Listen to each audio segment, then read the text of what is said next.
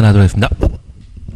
90페이지 보시면 건폐율과 용적률 제한 있습니다. 우선 1번 보시니 건폐율이란 대지 면적에 대한 건축 면적의 비율을 말한다. 공식 눈에 보이시죠?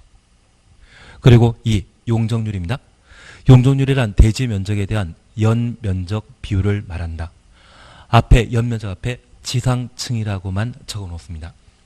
지하층은 용적률 계산할 때 연면적에서 제외시키기 때문에 지상층의 연면적 비율을 말한다. 그렇게만 봐놓습니다.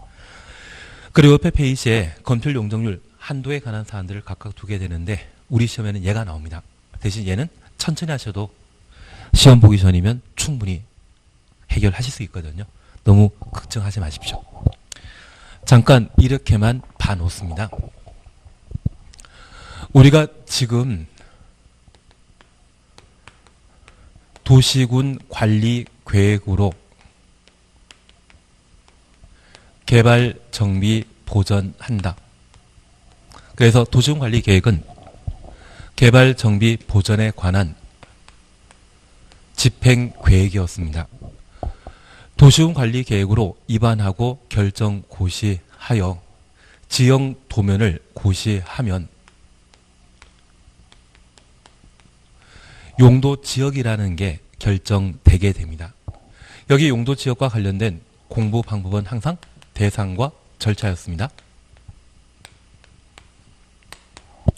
대상에 대해서는 천천히 해나가시는데 우리가 크게 개발 용도의 도시지역과 비개발 용도의 관농자로 구분한다.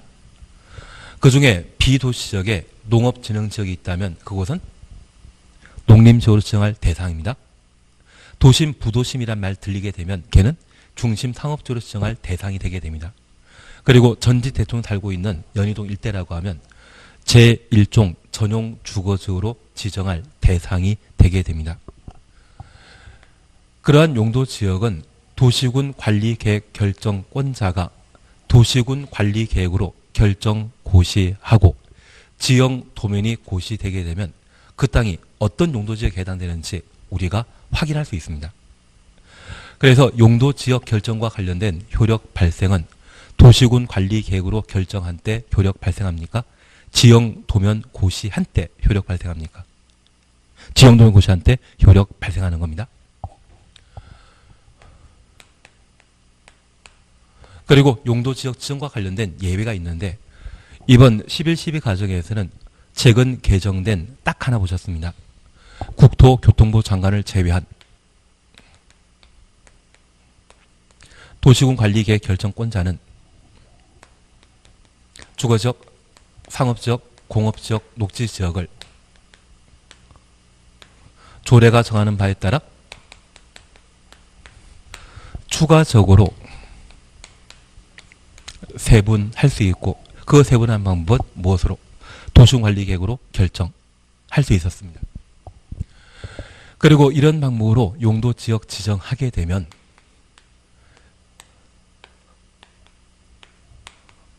지정 목적을 달성하기 위해 행위자를 가하게 되는데 우리 상식적으로 주거지역에는 공해 공장 만들 수 있다 없다? 없습니다. 그래서 각각의 용도지역마다 건축할 수 있는 건축물의 종류를 제한하게 되는데 이를 건축물의 용도 제한이라 하고 건축물의 용도 제한 중에 건축물의 건축과 용도 제한의 제한을 조합하면 얘를 뭐라 한다? 건축 제한이 되게 됩니다. 그리고 그런 건축물의 건축 제한 가할 때 그 크기를 제한하는 방법으로 건폐율, 용적률의 한도를 함께 결정하게 됩니다. 만약 건물이 만들어지게 되면 이 건물은 도를 따라 형성된 대지에 건물이 만들어지게 됩니다. 그러면 이 건물이 만들어졌을 때 이 건물을 바라보는 시각은 두 가지입니다. 도로를 걸어 다니는 일반인이 옆에서 이 건물 보는 방법과 비행기 타고 다니는 일반인이 하늘에서 건물을 조망하는 방법이 있습니다. 하늘에서 건물을 조망하게 되면 건물이 여러 개 층으로 만들어져 있다 할지라도 평면적인 개념만 보이는데, 우리가 학교 다닐 때 도화지 위에 물건 올려놓고 그 물건의 외곽, 윤곽선에 따라 선을 그어본 적이 있다고 하면 그런 개념은 입체적 개념이다, 평면적 개념이다. 평면적 개념입니다. 그래서 이 건물의 가장 끝에 있는 외벽, 외곽 기둥 중심선으로 둘러싸인 수평 투영 면적을 법에서는 건축 면적이라 하고, 만약 대지가 100평인데 이곳에 건축되어 있는 건축 면적, 외벽 중심선으로 둘러싸인 수평 투영 면적이 만약 40평이라고 하면 대지 면적에 대한 건축 면적 비율은 40%일 겁니다. 그래서 건폐율은 대지 면적에 대한 건축 면적의 비율, 이를 건폐율이라 하고, 저 40평만 건물 건축하게 되었다면 나머지 60평 대지는 비어있는 땅이죠. 그리고 인접한 대지 소유자도 이곳에 건물 건축하게 되었을 때 대지 면적은 200평인데 건폐율이 40%라고 하면 80평만 지어놨을 겁니다. 남아있는 공지가 존재한다면 이 공지는 쾌적한 도시 환경을 조성할 수 있습니다. 만약 건축주가 이런 제한 없이 자기 땅을 최대한 사용하게 된다면 100평 전부를 건물 건축하려고 하고, 옆에 땅 주인도 200평 전체를 건물 건축하게 할 겁니다. 건물과 건물이 서로 붙어 있다면 이쪽 방향으로는 창문 낼 수 없거든요. 그리고 건물 한 동이 불을 잘못 관리해서 화재 발생하면 인접한 건물까지 함께 다 타버리게 될 겁니다. 이렇게 빈 공지를 두게 되면 바람 잘 통하고 햇빛 받을 수 있겠죠. 화재 등의 충분한 대책을 마련할 수 있을 겁니다. 그런 목적으로 규제가하는 것을 뭐라 한다? 건폐율이라 표현하게 됩니다. 그래서 이 건폐율 공식과 관련되어 우리가 기억하실 것은 세 개의 수 중에 항상 두 개를 주어주거든요. 대지 면적이 100이었을 때 건폐율 60%라고 하면 이곳에 건축할 수 있는 최대 건축 면적은 60. 또는 건축 면적, 대지 면적 제시하고 건축 면적이 80이고 대지 면적이 100이라면 그때 건폐율 몇 %인지 그거 구하라는 방식으로 시험 문제가 나오게 됩니다. 그래서 이 건폐율은 입체적인 개념이다, 평면적 개념이다.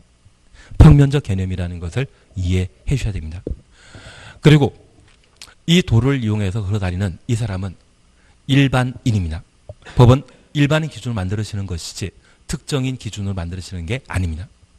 우리가 이 학원 건물 방문하셨기 때문에 이 학원에 지하 3계층이라는 것 알고 있지. 학원 이용하지 않은 분이라면 이게 지하 몇 층인지 파악할 수 없거든요. 그래서 지상층의 건물이 만약 3계층으로서 각 층의 바닥 면적이 50평이라고 하면 50평이라면 대지 면적이 100이었을 때 100평이었을 때 지상층의 연면적이 150이라고 하면 이때 적용되는 용적률은 150%가 될 겁니다. 그래서 이 용적률이 얼마냐에 따라 건물 층수가 달라지고 이용할 수 있는 공간이 달라지거든요. 그래서 이 용적률이 100일 때와 용적률이 1000%일 때 해당 토지의 가격은 그만큼 달라져야 되지 않겠습니까? 그래서 상업지역의 경우에는 용적률이 높게 책정되는 반면 주거지역이나 관농자, 비개발 용도의 경우는 용적률이 낮게 책정되어 가격 차이가 발생되는 것은 용도지역과 관련된 행위 제한 결과가 되게 되는 겁니다. 그래서 단순히 상업지역이라 해서 무조건 땅값 올라가는 것이 아니라 그 상업지역에는 행위 제한이 완화되어 적용되기 때문에 토지의 가격이 높게 형성되고 비개발 용도인 관농자의 경우는 건폐율 용적률이 작게 책정되었기 때문에 토지의 가격이 낮게 형성되게 되는 겁니다. 이런 세 가지를 뭐란다? 행위 제한입니다. 용도 지역은 용도 지역 지역 목적 달성하기 위한 규제, 행위 제한이 각각 가해진다. 그걸 이해해 주시는 게 필요합니다. 그래서 항상 지역, 대상, 절차, 행위 제한 이 세 가지를 함께 정리해 나가시는 게 필요합니다. 그리고 91페이지의 행위 제한과 관련된 사항은 우리가 천천히 해 나가시면 되는데 1월 달부터 해 나가도록 하겠습니다. 얘는 지금 할 필요 없습니다. 그리고 시험 볼 때쯤이면 안 틀리고 다 맞추십니다. 그리고 바로 우리 함께 봐주실 것이 97페이지인데 97페이지의 3번 용도 지역 미지정 미세분 지역의 행위 제한 적용이란 말이 있는데 얘는 3, 4월 아니면 5, 6월 달에 해 나갈 겁니다. 바로 98페이지 보십니다. 98페이지에 용도 지구 찾았습니다. 1번 용도 지구 의 우리 여기에서 딱 하나 보실 것이 두 번째 줄에 용도 지역의 기능을 증진시키고 용도 지역의 기능 증진이란 말을 우리가 보시는 게 필요합니다. 우리가 다방에 방문하셨을 때 커피에 설탕, 불임 타 마시게 되면 나는 설탕 물을 마신 겁니까? 커피 마신 겁니까? 커피 마신 거거든요. 그게 용도 지역의 기능 증진한다. 그런 의미로 받아주셔야 됩니다. 이해가 필요합니다. 공법은 어차피 시험 나오고 뻔히 정해져 있습니다. 그리고 그 시험 문제 풀기 위해서는 내가 이해가 바탕이 되게 되면 쉽게 풀어나가실 수 있거든요. 그래서 이해하시는 게 가장 큰 학습 목표라고 해주십시오. 그리고 이번 용도지구의 구분 찾았습니다. 우선 양가 1번 보게 되면 국토계획법에 따른 용도지구 구분 찾으셨죠. 국토교통부 장관, 시도의사, 대도시장은 다음 각 호의 용도지구 지정 변경을 도시군 관리계획으로 결정한다. 국토교통부 장관부터 대도시장까지 가로 해놓습니다. 이들은 입안권자이다, 결정권자이다. 결정권자입니다. 시장 군수 끝난다면 입안권자이고 대도시장으로 끝난다면 결정권자입니다. 결정권자가 도시군 관리계획으로 용도지역 지정할 수 있는 겁니다. 그러면 이런 용도지역은 경관지구, 보호지구, 취락지구, 개발진흥지구, 방제지구, 고도지구, 방화지구, 특정 용도 제한지구, 복합용도지구 총 9개입니다. 그래서 경관지구 1번 해놓으시고 복합용도지구 9번 해놓으시면 용도지구는 총 몇 개이다? 9개입니다. 그러면 이번 시간에 용도지구와 관련되어 잠깐 확인하시는데 용도지구도 우리 학습 목표는 대상과 절차입니다. 그리고 이 용도지구 지정되었을 때 지정 목적을 달성하기 위한 공법상 규제 이것을 행위 제한이라 대신 하게 됩니다. 그런데 우리가 잠깐 이해하신 게 있습니다. 이 용도지구는 서울시 전체, 세종시 전체에 지정하는 것이다. 필요한 곳에 국지적으로 지정하는 것이다. 필요한 곳에 국지적으로 지정하는 제도였습니다.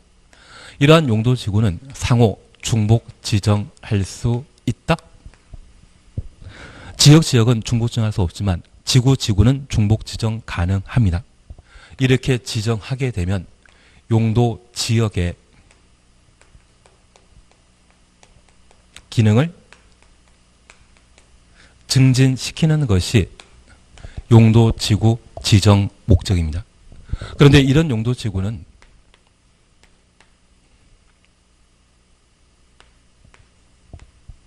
법령상 용도지구 지정하는 것과 조례로 용도지구 정하는 게 가능합니다. 그래서 이 용도지구는 지역의 특수한 필요성이 인정된다고 하면 조례로 용도지구를 지정하는 것도 가능하다. 그렇게 생각해 주십시오. 그러면 잠깐 파악해 줄 게 있습니다. 우리 서울에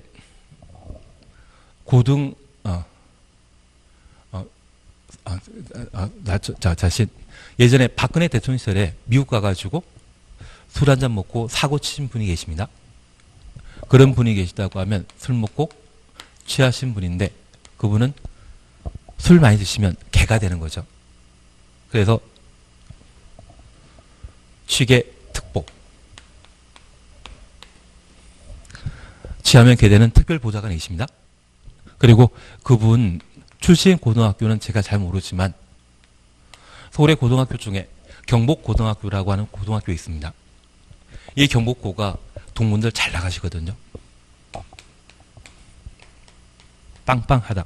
그래서 취계특보, 경복고, 방방 이렇게 9가지 용도지구를 먼저 구분하셔야 됩니다. 그래서 첫 번째 우리 보실 것이 취락지구. 여기 취락지구라고 하는 것은 우리 시골에 마을이 있거든요. 그 시골 마을을 한자로 표현하면 취락이 됩니다. 그리고 개발진흥지구라는 곳이 있습니다. 그리고 특정 용도 제한지구, 그리고 보호지구, 경관지구, 복합용도지구, 그리고 고도지구, 방화지구, 방제지구라는 곳이 있습니다. 그래서 현재 용도지구는 총 몇 개이다? 9개라는 것을 파악해 놓습니다. 그래서 취계, 특보, 경복고, 방방 그렇게 9개 잡아주시는 게 필요합니다. 그런데 9개 용도지구 중에 5개 용도지구에 대해서는 세분하고 있습니다.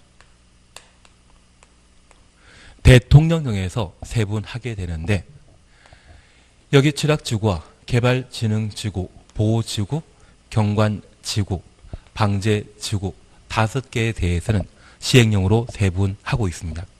우선 우리 잠깐 이해해 줄 것이 있습니다. 1번 경관지구라는 말 사셨죠? 내용 크게 필요 없습니다. 여기 경관지구는 자연의 힘에 의해 아름답게 조성된 곳이 있다면 걔를 경관이라 표현하고 있습니다. 아주 예전에는 풍치지구란 말을 사용했었는데 그 풍치란 말이 일본식 한자 표현이라 해서 지금은 경관이란 말로 대신하게 됩니다. 그리고 보호지구 찾았습니다. 문화재, 중요시설물, 문화적 생태적으로 보전 가치가 큰 지역의 보존을 위해 필요한 지구, 문화재 줄, 중요시설물 줄쳐놓습니다.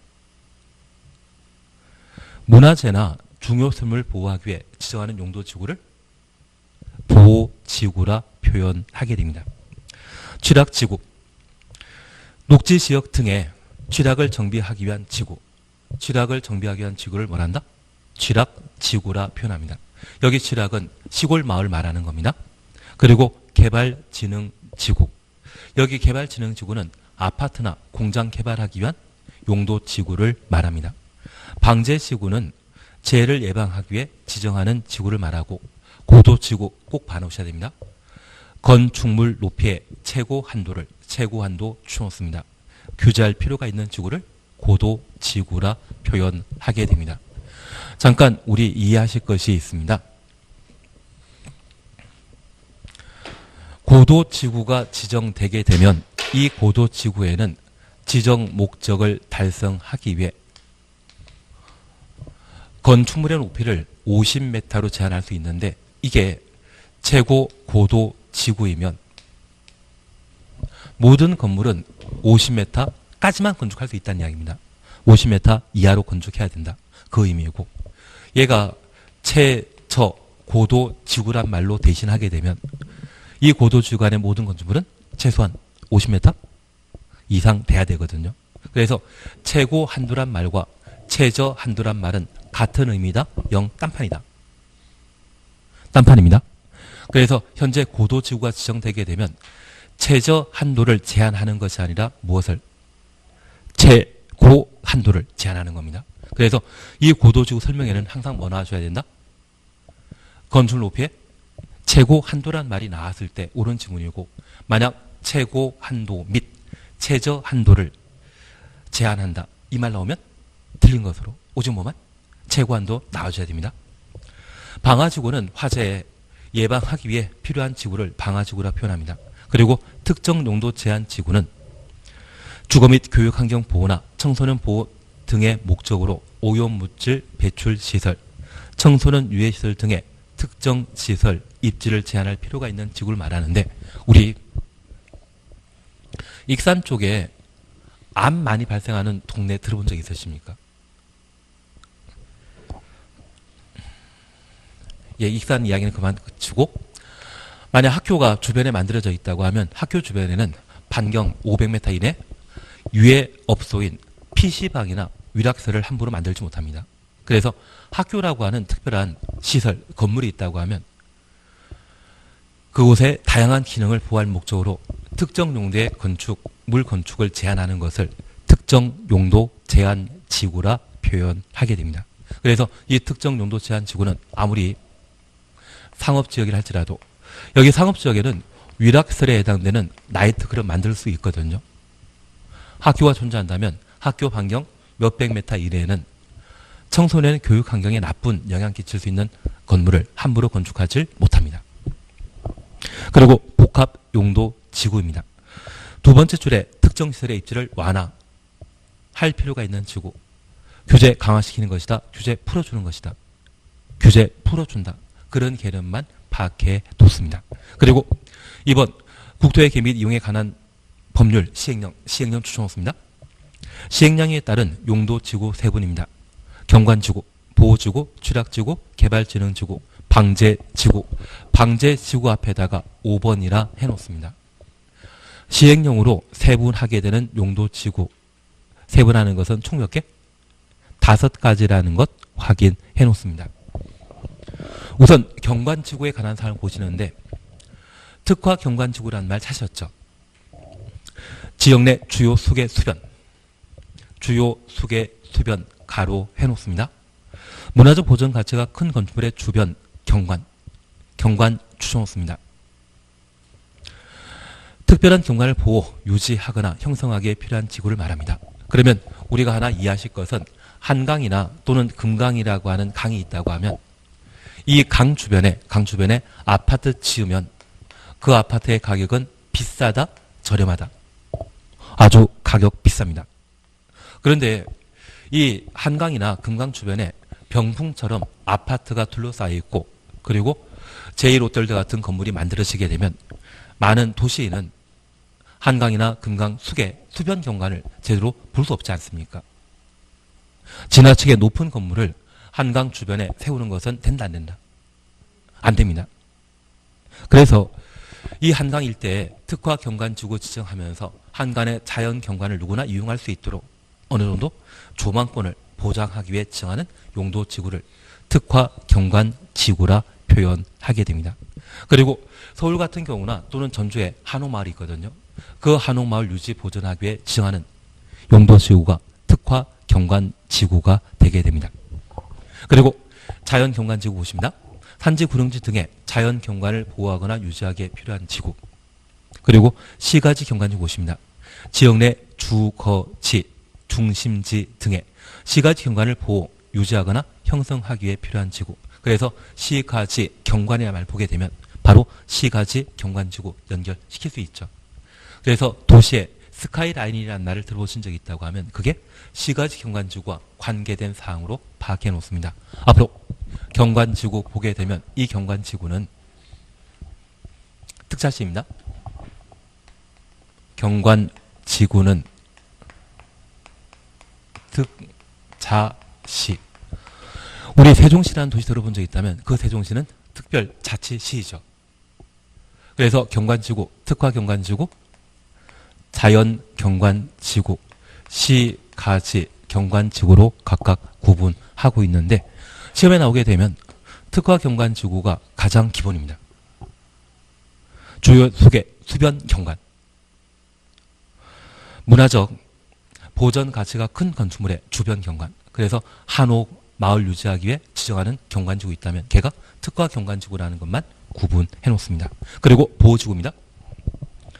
역사 문화 환경 보호지구입니다. 문화재 줄만 쳐놓습니다. 문화재 줄만 쳐놓습니다. 전통 사찰 등의 역사 문화적으로 보존 가치가 큰 시설, 지역의 보존 위에 필요한 지구.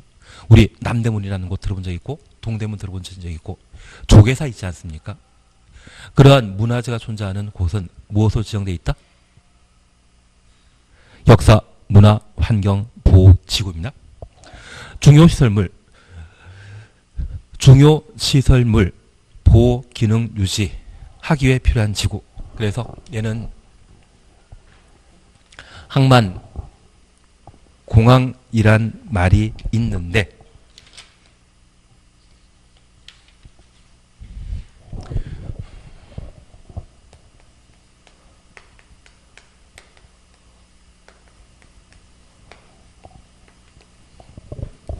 항만, 공항 외에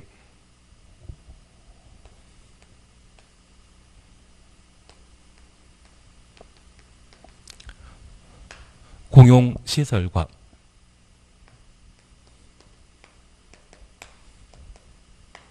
군사 및 교정시설을 보호하기 위해 지정하는 용도 지구를 중요시설물 보호지구라 표현하게 됩니다.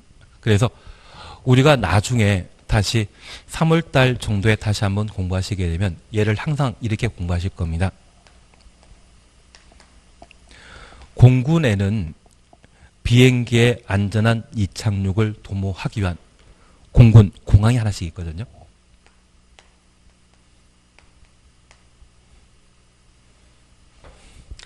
그 공군 공항 연결하는 다리, 공군 공항교라고 기억합니다.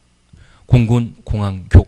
그래서 공용시설, 군사시설, 공항시설, 항만시설, 교정시설. 그래서 여기 공용시설은 세종시에는 정부종합청사가 있는데 그 정부종합청사에는 누구나 이용할 수 있는 시설입니까? 공무원들 또는 관계인만 출입하는 시설입니까? 관계인만 출입하지 누구나 이용하는 시설 아닙니다. 그래서 누구나 이용하는 시설을 우리는 공공시설이라 표현하는데 영화 제목 중에 공공의 적이라는 말을 들어본 적 있다? 그때 공공은 불특정 다수를 말합니다. 정부종합청사에는 출입증이나 또는 이해관계만 들어갈 수 있거든요. 그런 건물을 뭐란다? 공용시설이라 표현하게 됩니다. 군사시설은 충분히 이해하시고 인천국제공항 그리고 부산 여객터미널 그리고 교정시설은 전직 대통령께서 가 계시는 교도소, 구치소를 교정시설이라 표현하는데 총 5가지를 뭐란다? 중요시설물이라 표현합니다. 중요시설물 몇 글자입니까? 5글자이기 때문에 중요시설물 보호지구로 지정되는 대상은 몇 개? 5개. 공군 공항교입니다. 그리고 생태계 보호지구. 야생 동식물 지적 등의 생태적으로 보존 가치가 큰 지역의 보호, 보존을 위해 필요한 지구. 그런데 우리 땅 없으시죠? 그래서 지금 이미 내가 사놓은 땅과 앞으로 살 땅이 있을 겁니다. 내가 열심히 노력하면 전국의 모든 토지를 사실 수 있죠. 그런데 이 땅 중에 가끔 산이나 또는 농경지를 사시는 경우가 있습니다. 그런데 이 산을 잘 관리하셔야 됩니다. 잘 관리하는 것은 산이 어디 도망가는 게 아니라 이 산에 못 보던 풀이 또는 꽃이 피어 있다면 잘 키운다? 뽑아버려야 된다. 아무 생각 없습니다. 그리고 이 산에 가끔 못 보던 천연기념물에 해당되는 조수류가 살고 있다면 잘 키워줘야 된다. 아예 못 살게 해놔야 된다.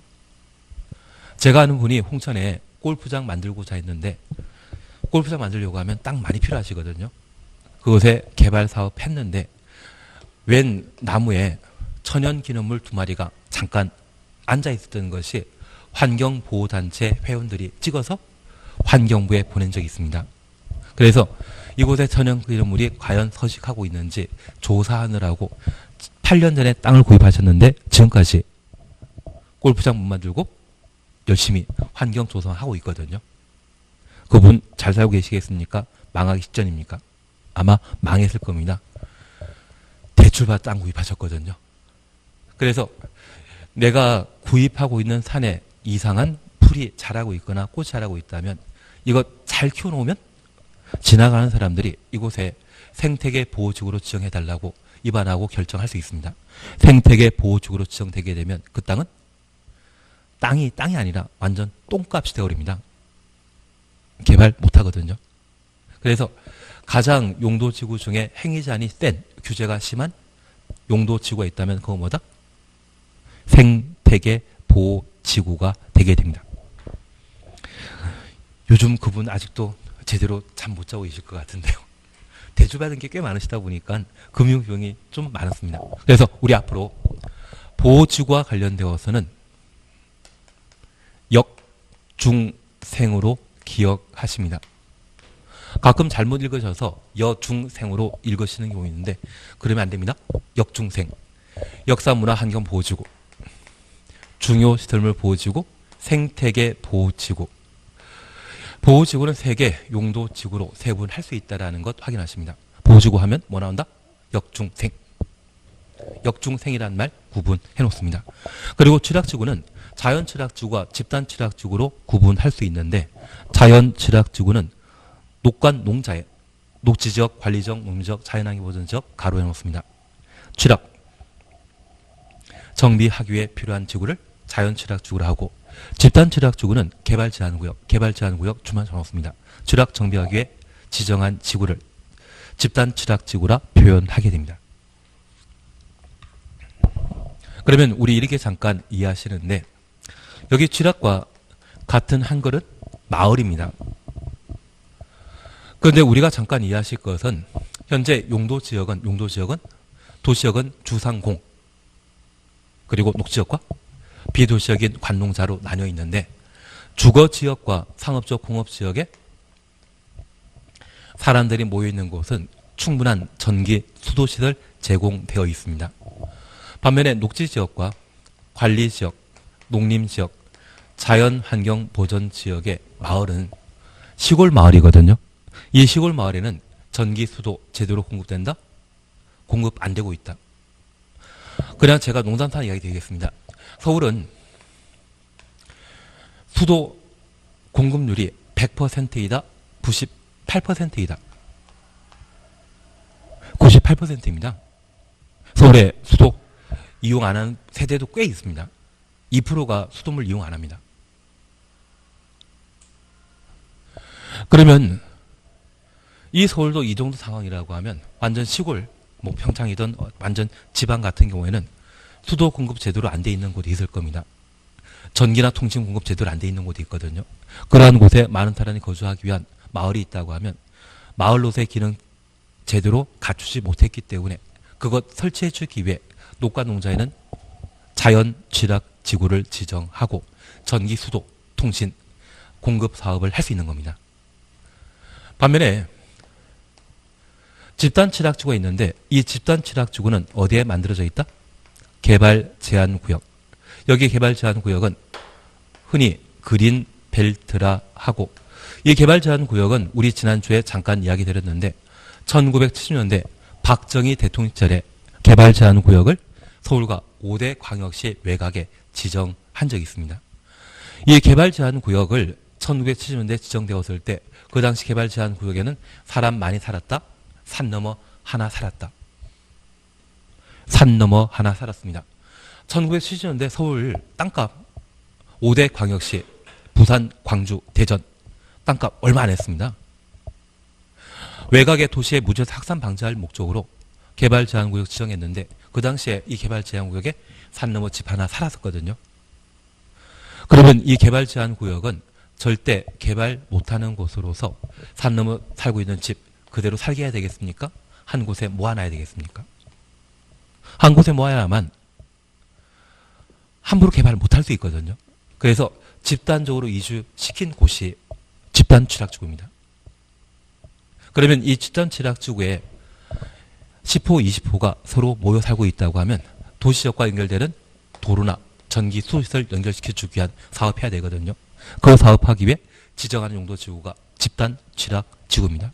그러면 녹과농자는 옛날부터 있던 형태이기 때문에 자연스럽게 조성된 취락이라 해서 자연취락지구이고 개발 제한 구역 안에 집단 취락지구는 개발 제한 구역에 살고 있는 몇몇 안 되는 주민들을 한 장소에 강제로 이주시켜놨거든요. 그래서 뭐라 표현한다? 집단 취락지구라 표현하게 됩니다. 앞으로 취락지구와 관련되어서는 자집이란 말로 대신할 겁니다. 자연 취락지구와 집단 취락지구. 그래서 취락지구는 2개, 용도지구로 세분되어 있다는 것 확인해 놓습니다. 그리고 개발진흥지구는 주거 기능 위주로 개발하는 것을 말하고요. 산업, 유통, 공업 위주로 개발하는 것을 말합니다. 관광, 휴양, 관광지에 개발하는 것이 목적이죠. 그리고 복합은 주거, 공업, 유통, 물류, 관광, 휴양 기능 중에 둘 이상. 그래서 주, 산, 관. 이 3개 기능 중에 둘 이상을 동시에 개발하는 것을 복합개발진흥지구로 지정할 대상이고, 특정개발진흥지구는 주거, 공업, 유통, 물류, 관광, 휴양, 외 추천없습니다. 이것 배제한 기능을 개발하기 위해 지정하는 것을 특정개발진흥지구라 표현하게 됩니다. 그래서 우리 앞으로 시험 볼 때까지 개발진흥지구 보시면 주, 산, 관 이렇게 기억합니다. 제가 옛날에 다니던 중국지 이름이 산해관이었거든요. 산해관과 좀 이름 비슷하지 않습니까? 주, 산, 관. 그래서 주거개발진흥지구, 산업유통개발진흥지구, 관광, 휴양개발진흥지구 이 3개 기능 중에 둘 이상을 동시에 개발하면 복합개발진흥지구이고, 주산관 배제하고 개발하게 되면 그것을 특정개발진흥지구라고 표현하게 됩니다. 그러면 우리 이렇게 잠깐 이해하십니다. 가끔 우리나라에 성형 기술이 세계적으로 유명하다 하더라고요. 그래서 외국 관광 상대로 우리나라에서 성형 관광 상품을 개발해 놨다더라고요. 그래서 인천국제공항 주변에 성형외과만 쭉 집어넣는 그런 거리, 시가지를 만들게 된다고 하면 그곳에 주거, 산업, 관광 개발하는 거 아니죠. 그리고 대구 같은 경우에는 경산이라는 곳에 대학이 여러 개 모여 있거든요. 주산관 빼고 교육 개발한다고 하면 걔가 특정개발진흥지구 지정되는 대상이 되게 됩니다. 그래서 개발진흥지구와 관련되어서는 시험 볼 때까지 뭐라고 기억한다? 주산관. 이 3가지 중에 동시에 둘 이상 개발하면 복합개발진흥지구이고, 주산관 빼고 개발하면 특정개발진흥지구가 되게 될 겁니다. 그리고 방제지구 찾았습니다. 방제지구는 자연방제지구와 시가지방제지구로 구분하는데, 자연방제지구는 토지 이용도가 낮은 해안변 등의 재해방이 필요한 지구를 자연방제지구로 하고, 시가지방제지구는 건축물, 인구가 밀집되어 있는 지역으로 시설 개선을 통해 재해 예방이 필요한 지구를 시가지방제지구라 표현하게 됩니다. 그래서 이 방제지구와 관련되어서는 자시라고 해놓습니다. 경관지구가 특자시면 방제지구는 자시입니다. 근데 우리 보이스피싱이라는 분들 들어본 적 있으시죠? 이번에도 큰 거 하시던데요. 대한민국의 인구 80%의 비밀번호 알아가지고 엉뚱한 해킹도 하고 막 그런다고 하던데, 나는 그런 거 전혀 관심 없습니다. 근데 그 보이스피싱이 말 잘하는데 그분들보다 한 수 위인 분들이 있습니다. 그게 기획부동산입니다. 우리 인생의 부동산과 관련되어 항상 성공하고 싶으시다고 하면 기획부동산을 안 만드는 게 성공의 지름길입니다. 예전에 보이스피싱 하던 분이 잘못 전화해서 역삼동에 기획부동산에 전화한 적이 있거든요. 그 기획부동산에 속아가지고 해안변에 절벽지 있지 않습니까? 해안변에 파도 치면 절벽이 점점 허물어지는 곳. 그걸 호텔 부지로 해서 아주 비싼 가격에 구입한 적이 있다고 합니다. 보이스피싱도 말 잘하는데 기획부동산이 한 수 위라는 거 인정하시죠? 그래서 여기 방제지구 중에 자연방제지구라고 하면 해안변에 여러 가지 천재지변으로 인명피해가 많이 발생할 수 있는 곳이 있다면 자연방제지구이고, 시가지방제지구는 사람 많이 사는 곳에. 그러면 제가 다시 하나 여쭙게 있습니다. 보이스피싱에게 기획부동산에 당한 보이스피싱에 샀던 절벽용지는 어디다? 자연방제지구이고요. 그리고 시가지방제지구는 제가 잠실 5단지 이야기 드렸습니까?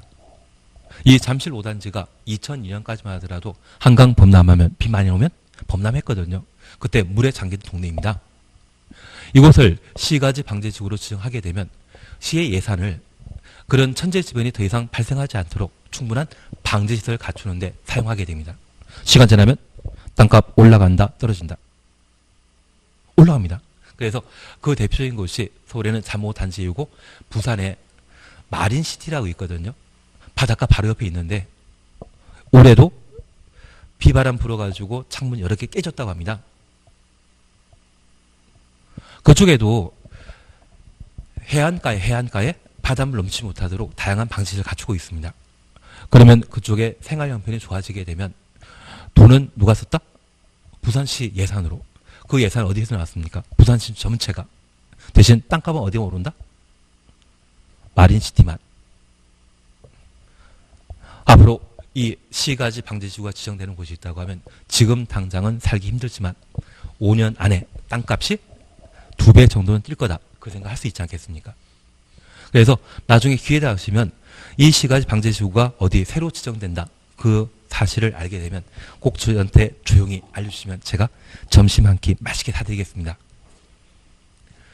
그러면 우리 다시 봐주실 것으로서 경관지구 특자시로 대통령령에서 세분하고 보호지구는 역중생입니다. 쥐락지구는 자집, 개발진흥지구는 주산관, 그리고 방제지구는 자시. 이렇게 5개 용도지구를 대통령령에서 세분하게 됩니다. 그래서 우리 용도지구 지정 대상에 대해 법령에서는 9개 용도지구를 지정하고 있습니다. 취하면 개되는 특별보좌관, 취계특보입니다. 서울고등학교 중에 경복고라고 하는 고등학교 기억나시고 그 동문이 잘 나간다. 방방. 그래서 취계특보, 경복고, 방방. 이것 기억하시는 게 좀 필요합니다. 언제까지 기억하시면 됩니까? 시험 보기 전날까지만. 그래서 지금은 부담 없이 그렇게만 구분해 놓습니다. 100페이지 사셨죠? 양가로 1번 보게 되면 용도지구 신설 찾았습니까? 양가로 1번입니다. 시도지사 대도시장은 시도지사 대도시장 가로 해놓습니다.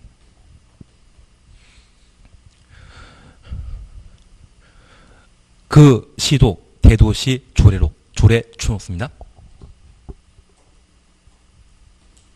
용도지구 명칭, 지정, 목적 등을 정하여 여기까지 사선을 하나 그어주십니다.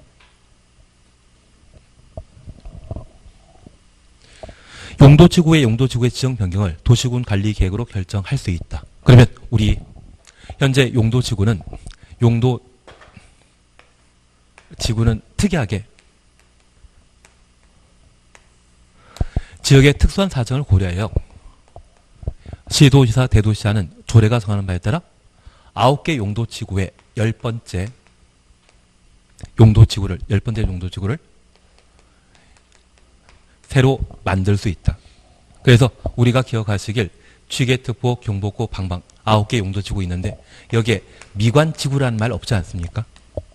일반지구란 말 없지 않습니까? 아파트지구란 말 없지 않습니까? 그런 용도지구를 무엇으로? 조례로 뭐 할 수 있다? 새로 만들 수 있다. 그리고 2번입니다.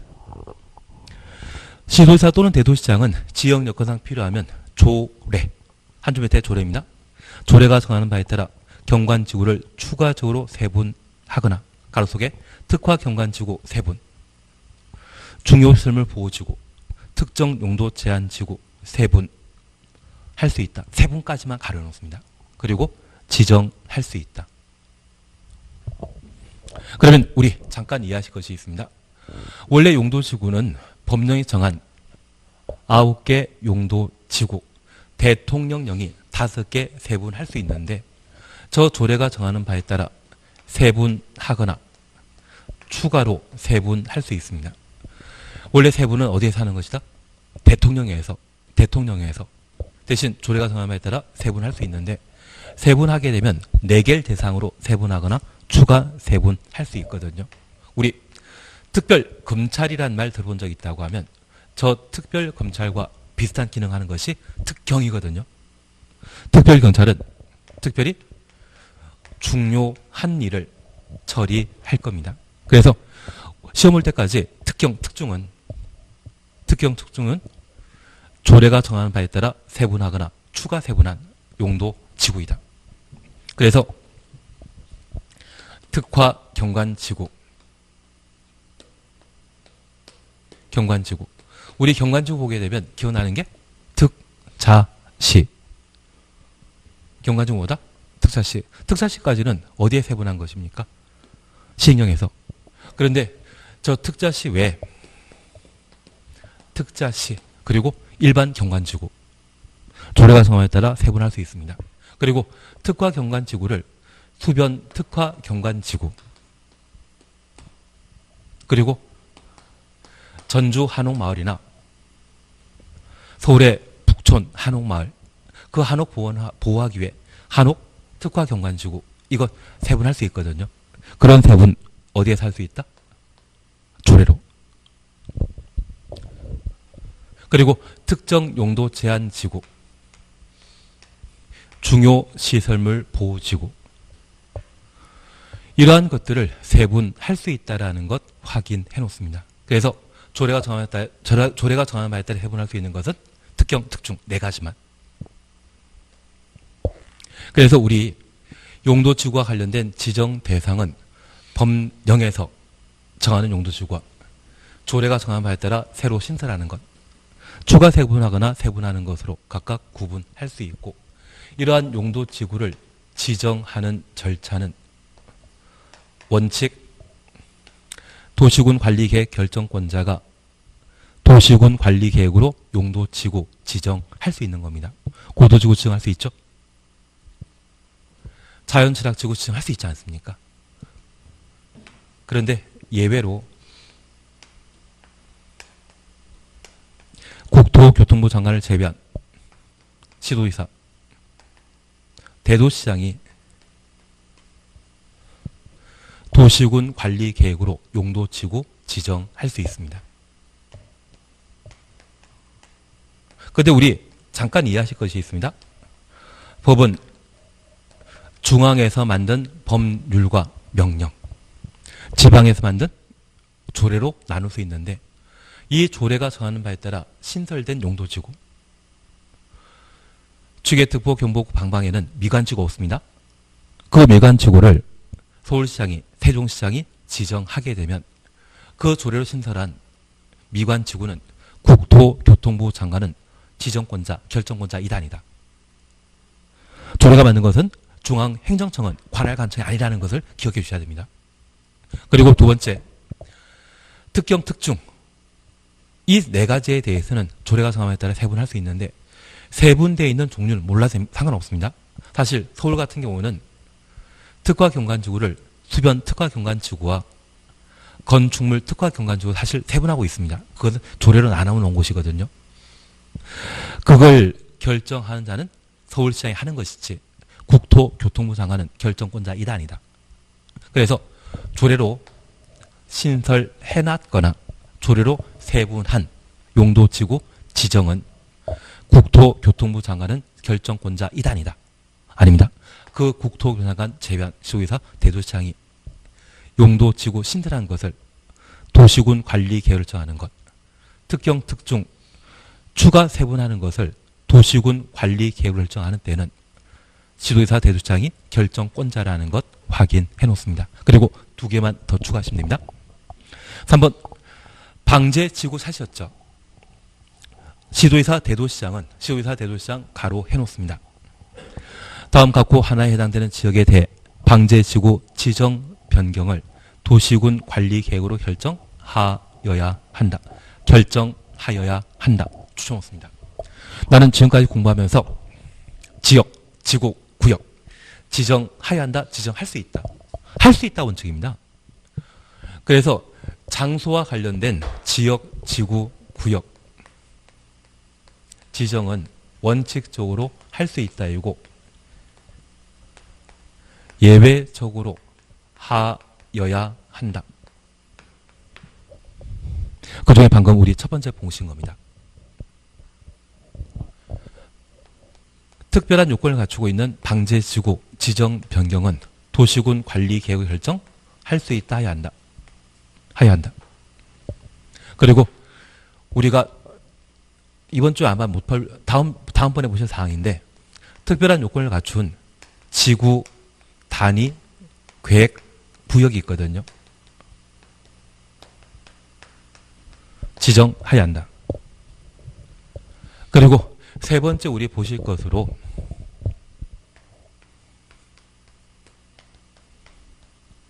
기반 시설 부담 구역이 있습니다. 그것도 지정해야 한다. 그래서 공법상 지역, 지구, 구역 관계되어 99%는 지정할 수 있다인데 딱 세 가지만 뭐 한다? 지정해야 한다. 특별한 요건을 갖춘 세 가지는 지정할 수 있다, 지정해야 한다. 지정하여야 한다. 그래서 우리 3번 방제지구 지정 변경은 예외적 상황이라는 것을 파악하시고 바로 박스를 보십니다. 1번 연안 집중으로 인해 심각한 피해가 발생하거나 발생할 우려가 있어 이를 특별히 관리할 필요가 있는 지역. 그래서 연안 침식이란 말 들어가면 방제 지구 지정 변경을 도시군 관리 계획 결정 할 수 있다 해야 한다. 하여야 한다. 그거 잡아주시는 게 필요합니다. 그래서 연안 침식이란 말 보게 되면 방제 지구 지정 변경을 도시군 관리 계획으로 결정하여야 한다. 4번입니다. 복합 용도 지구 사셨죠? 시도의사 대도시장 가로 해놓습니다. 국토교통부 장관은 결정권자 이다 아니다. 아니다. 일반 주거적 줄, 일반 공업적 줄, 계획관리적 줄. 이 세 곳을 복합 용도 지구 지정할 수 있다. 그래서 우리 지역, 지구, 구역 나오면 끝에 지정해야 한다입니까? 할 수 있다입니까? 할 수 있다가 원칙입니다. 해야 한다는 몇 번? 딱 세 번만, 딱 세 개만 예외적으로 해야 한다. 이 세 개 빼고 다 지정할 수 있다. 그리고 2번 지정 기준과 관련되어 1번만 잠깐 보십니다. 용도지역 변경 시에 기반설이 부족해지는 등의 문제가 우려되어 해당 용도지역의 건축 제한만 추놓습니다. 완화하는 것이 적합한 경우. 그러면 이제 우리 이렇게 잠깐 봐주십니다.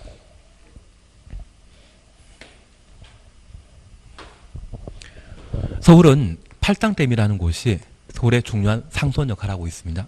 그리고 충청남도의 중요한 상수원 역할을 하는 곳은 대청댐인데 이 대청댐은 팔당댐과 비교하면 규모 같다? 약간 작다. 그냥 약간 작다 하겠습니다.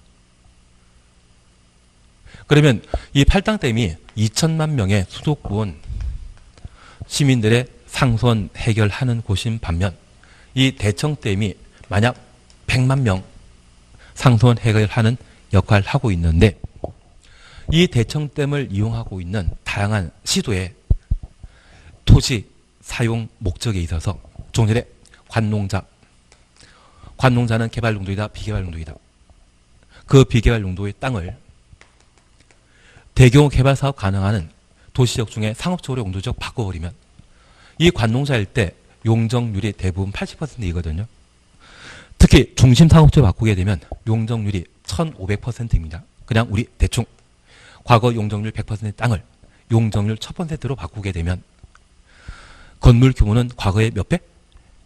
10배까지 커질 수 있고 그러면 과거에 10만 명 살고 있는 땅이었다고 하면 이제 얼마 산다? 100만 명 살 수 있는 땅으로 싹 다 바꿔놨습니다. 이렇게 용도지역이 바뀌게 되면 이 대청댐에서 제공하는 상수원은 충분하다, 부족하다. 나는 지금까지 가뭄 때 반수 조치 경험해 본 적 없다? 수도 안 나왔던 경우 없었습니까? 예, 제가 나이가 오래돼가지고 저만 그런 경험을 느끼고 있나 봅니다. 그러면 지방 군수도시의 경우에는 이런 생활에 필요한 기반설이 용도지역 바뀌게 되면 터무니없이 부족해질 수 있거든요. 그래서 용도지역 변경은 요원한 일이고 대신 이 지방에도 생활 수준이 향상되게 되면 서울에 있던 영화나 서울의 문화행사 이런 것도 함께 경험하고 싶어 합니다. 그래서 종전에 용도 지역이 일반 주거 지역이었는데 저 일반 주거 지역을 준주거지로 용도 변경하는 것은 애매하고 용적률이 바뀌어버리거든요. 용적률이 바뀌기 때문에 이건 애매하고 일반 주거지역으로 그냥 남겨놓지만 준주거지역에 건축 가능한 건물 일반 주거지역에는 아파트만 건축할 수 있는데 준주거지역에는 영화관도 함께 이마트 함께 건축할 수 있는 상황이라면 그러한 건물에 추가적인 건축이 가능하도록 저 일반 주거지역에 복합 용도 지구 지정하게 되면 건축 제한 건축할 수 있는 건물의 종류가 늘어난다? 줄어든다? 늘어나는 것. 늘어나게 해주는 것을 뭐라 한다? 복합 용도 지구 지정이라 표현합니다. 그러면 이 복합 용도 지구 지정은 중앙에 있는 국토교통부 장관은 현지 사정을 모르기 때문에 함부로 결정할 수 없거든요. 누구만? 지방자치단체 장만. 그래서 지도의사 대도시장은 어디? 일반 주거지역과 어디? 일반 공업지역과 어디? 계획관리지역. 이 세 개 용도지역에는 복합 용도지구 지정할 수 있다. 이해되셔야 됩니다. 지금 책 보는 게 중요하지만 제가 줄지라고 하는 것, 가루하라는 것 보시고 그것 토대로 해서 제가 이야기 드리는 게 와닿으시면 공부 제대로 정리하신 겁니다. 그리고 용도지구 행위제한이 있는데 얘는 지금 하는 거 아닙니다. 얘는 지금 하시는 거 아닙니다. 다만 얘는 나중에 한번 해 나가실 거고 107페이지에 용도구역이 있습니다. 107페이지 용도구역에 관한 내용은 우리 첫 번 시간에 제가 개념 정리해 드린 게 있거든요. 그거면 축하십니다. 용도구역 개시 수도란 말로 대신했다. 그 정도면 되십니다. 얘는 시험에 나올지 안 나올지 잘 모르는 상황이거든요. 그리고 120페이지 보시게 되면 도시군 계획시설 나옵니다. 도시군 계획시설은 다음 주에 해 나가시게 될 겁니다. 그러면 잠깐 이렇게만 다시 보십니다. 다시 우리 공법을 공부하게 되면 국토계획법과 도시개발법, 건축법, 주택법, 농지법 6개 법률을 해야 됩니다. 그런데 이 6개 법률을 기본적인 필요한 거지만 국토계획법이라는 것을 하나 잘 해놓으면 이 6개 법률의 기본적인 것만 알고 나가더라도 1, 2월 또 하시면 괜찮거든요. 그래서 법 하나만 좀 세밀하게 보시는 게 이번 11, 12 목적이고 나머지는 용어 정의 그리고 가장 필요한 것만 해나가게 될 겁니다. 그러면 이번 시간 우리가 함께 하신 것은 국토계획법의 법체계는 국가계획을 도시, 군, 관리 계획으로 하나하나 개발, 정비, 보전하는 법이었습니다. 그래서 국토계획법은 도시군 관리 계획에 따른 집행에 관한 법률입니다. 도시군 관리 계획을 정할 수 있는 1번 용도, 지역, 지구, 지정 변경에 관한 사항과 2번 용도, 구역, 지정 변경에 관한 사항을 도시군 관리 계획으로 결정하는 것이죠. 결정하면 뭐 한다? 집행한다. 그래서 가장 최근에 상전벽해가 이루어진 것이 세종시입니다. 세종시에 8년 전에는 연기군이라 불리는 것. 군이었으면 인구 5만 명 채 안 살았습니다. 이게 세종시로 바뀌었는데 이 세종시로 지정되었을 때 그 당시 인구가 10만 채 안 됐거든요. 그래서 세종시가 최초 만들어진 게 2008년이지 않습니까? 아닌가? 잘 모르겠습니다. 그리고 2019년에 세종시의 지금 인구는 얼마? 35만, 40만 육박하고 있거든요. 10년 사이 이렇게 인구 늘어난 도시 대한민국 없습니다. 그리고 50년대 다양한 도시의 인구 줄어든다는데 심지어 서울도 줄어든다는데 전국에 200여 개 많은 도시 중에 인구 늘어나는 곳은 어디만? 세종시만. 그러면 세종시에 인구가 늘어나게 되면 만약 인구가 지금 30만이었을 때 이 세종시 면적은 서울과 거의 비슷하거든요. 세종시는 서울과 비슷한데 인구가 30만 산다면 세종 전체 개발할 필요 있다? 30만 거주하는 땅만 개발하면 된다. 그래서 얘만 도시역이고 나머지는 관농자로 다 지정되어 있는데 앞으로 인구가 10만, 20만 더 늘어나면 인구 50만 되었다면 새로 늘어난 인구를 기존 개발되어 있는 도시 지역에 수용해서 함께 살 수 있다? 과밀화 현상 발생한다. 과밀화 현상 발생하기 때문에 종전에 비개발 용도인 관리지역, 농림지역 이러한 곳들을 도시적으로 용도지역으로 바꿔야 될 겁니다. 그걸 뭐란다? 용도지역 지정 변경합니다. 어떤 방법으로? 도시군관리계획으로. 그래서 우리는 용도지역, 지구, 부역, 지정과 관련되어 첫 번째 용도지역은 도시 전체를 대상으로 빠짐없이 21개 용도지역으로 구분해 지정하는 것이 특징이었습니다. 중복 지정한다, 못한다. 그래서 이 용도지역은 도시군 행정관할구역 전부를 대상으로 빠짐없이 지정하게 되고 상호 중복 지정할 수 있다, 없다? 없다. 반면 용도지구와 관련되어서는 국지적인 필요성에 따라 지정할 수 있는 겁니다. 그래서 1차 토지 이용 규제인 용도지역으로 목적 달성하기 곤란하면, 애매하면 2차적으로 규제하는 것을 뭐라 한다? 용도지구라 하고, 사실 우리 상업적인 주거지역은 개발지로 지정하지만 그곳에 학교가 있으면 학교의 교육 정서 함양하기 위해 PC방이나 위락셀이나 함부로 건축하게 하면 안 되죠. 그래서 학교 있는 곳 주변에는 특정 용도 제한지구로 지정해서 청소년 유해업소 함부로 만들지 못하도록 규제해야 되지 않겠습니까? 그런 규제를 뭐라 한다? 1차 규제에서 하는 겁니까? 2차 규제에서 하는 겁니까? 다시 서울에는 김포공항이라고 하는 공항이 있습니다. 그런데 세종시에는 공항이 또 없다. 없습니다. 그러면 서울에는 고도지구라는 게 지정될 수 있지만 세종시에는 고도지구라는 거 지정한다, 못한다? 할 필요 없지 않습니까?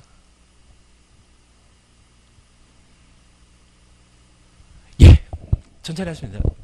10일, 12가 안 되면 1, 2월 달에 하시면 되고 1, 2월 안 되면 3, 4월 하시면 됩니다. 시험 보기 전까지만 이해하시면 됩니다.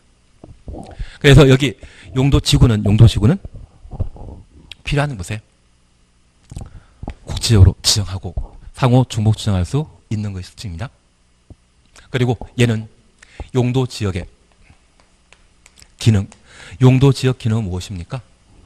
1차적으로 서울시 전체, 세종 전체에 대한 용도지역을 지정함으로써 토지 이용 목적의 공익성을 강화시키는데 그 공익성 강화로 부족한 게 있다고 하면 그 기능을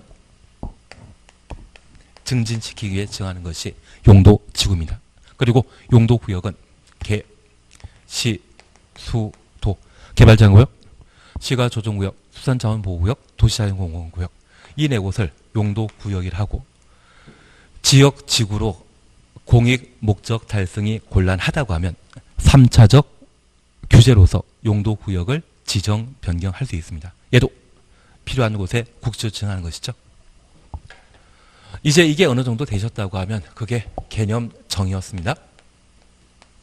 그리고 지역과 관련되어 우리 함께 하시면서 대상, 절차 함께 보시고, 현재 비도시지역은 계획관리적, 생산관리적, 보전관리적, 농림적, 자연환경보전적으로 각각 지정하고, 도시지역은 주, 상, 공, 녹으로 나누는데 그 세 분에 대해서는 어디에서 한다? 법률이 아니라 시행령과 올해 개정된 것, 조례에서 추가 세분할 수 있다는 것 기억해 놓습니다. 특별히 이 용도지역의 지정은 원칙적으로 도시군 관리계획 결정권자가 도시군 관리계획으로 결정할 수 있는데, 이 결정권자는 끝에 지장군으로 끝나는 것입니까? 대도시장으로 끝나는 겁니까? 대도시장으로. 이반권자는 지장군으로 끝나야 됩니다. 그래서 이반권자가 할 수 있는 것 딱 몇 개? 3개. 지형도면 작성하는 것과 단계별 집행계획 수립하는 것. 그리고 세 번째, 도시군 계획설 사업 시행하는 것. 우리 도시에 도로 만드는 자는 누가? 시장이 해야 되죠. 그래서 입안권자, 결정권자 서로 다르다는 것 기억합니다. 그리고 예외적으로 국토교통부 장관을 제외한 결정권자는 시행령에 세분했던 주상공록 추가로 세분 할 수 있다. 그리고 이런 방법으로 용도지역 지정하게 되면 그 목적 달성하기 위해 규제를 가하는데 그 규제를 뭐라 한다? 행위 제한이라 하고 주거지역의 주택을 공업지역은 공장 건축해야 될 겁니다. 그걸 뭐라 한다? 건축 제한. 주거지역에 공장 만들면 된다 안 된다? 안 됩니다. 그리고 이렇게 건축 제한하면 건물의 크기를 결정하는 것으로서 건폐율, 용적률이 있는데 건폐율은 평면적인 규제라는 것 이해하시고 용적률은 입체적 규제이죠. 그 한도에 따라 토지 가격이 달라진다라는 것만 이해해 놓습니다. 그리고 지구입니다. 여기 용도지구도 대상 절차로 구분하는데 우리 용도지구와 관련되어 취계, 특보, 경복고, 방방이라는 말 기억나시고 그러한 것을 시행령이 정한 바에 따라 5가지 세분하게 됩니다. 그건 천천히 나가십니다. 지금 해주실 것은 도시군 관리 결정할 수 있는 용도지구는 취계, 특보, 경복고, 방방. 그래서 취락지구, 개발진흥지구, 특정 용도 제한지구, 보호지구, 경관지구, 복합용도지구, 고도지구, 방화지구, 방제지구 9개로 세분한다라는 것 확인해 놓습니다. 얘가 최근 28회 또 시험에 나왔기 때문에 한번 살펴보시는 게 기본적으로 필요하신 겁니다. 그리고 이러한 용도지구 지정하는 것은 원칙으로 결정권자가 도시군 관리 계획 결정할 수 있는데 예외 있었습니다. 이 용도지구는 지역적 특성을 반영했기 때문에 지방의 법인, 조례로 신설하거나 조례로 세분화는 가능하죠. 그리고 연안지시란 말 보게 되면 방제지구의 지정 변경, 도시군 관리 결정 하여야 한다. 말 잘하는 것은 보이시피싱이 잘하십니까? 기획부동산이 잘합니까? 누가 판정성을 했습니까? 기획부동산.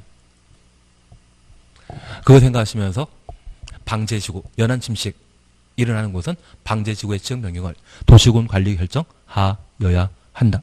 그리고 복합용도지구도 지도의사, 대도시장이 결정할 수 있습니다. 그래서 국토교통부 장관이 함께 결정하는 건 원칙이지만 국장 빠진 4개 경우에는 지도의사, 대도시장이 용도지구의 지정을 결정할 수 있다는 것 확인해 주셔야 됩니다. 이런 용도지구 지정되게 되면 그때 뭐 합니까? 용도지구 지정도 공유목적 지정했기 때문에 규제가 가는데 그 규제를 뭐라 한다? 행위제한. 얘는 이번에 하는 거 아닙니다. 건축제한만 용도지구를 통해 행위제한을 강화, 완화하게 됩니다. 얘는 천천히. 그리고 용도구역과 관련되어 개시 수도란 말 우리가 함께 보셨습니다. 개발장구역, 시가조정구역, 수산자원보호구역, 도시자연보호구역. 이 용도구역 지정되면 지역, 지구의 기능, 역할 계속 남아있는 것입니까? 싹 무시되는 겁니까? 상업지역에, 중심상업지역에 개발제한구역 지정되게 되면 중심상업지역에는 상가 만들 수 있다 없다? 없다. 싹 무시되는 것이 용도구역의 특징입니다. 그래서 이 3개의 행위제한 중에 가장 규제 심한 것은 뭐다? 용도구역이다. 그렇게만 오늘 해놓습니다. 이번 시간 여기까지 하시고 다음 시간에 도시군 계획설부터 해나가도록 하겠습니다. 수고하셨습니다.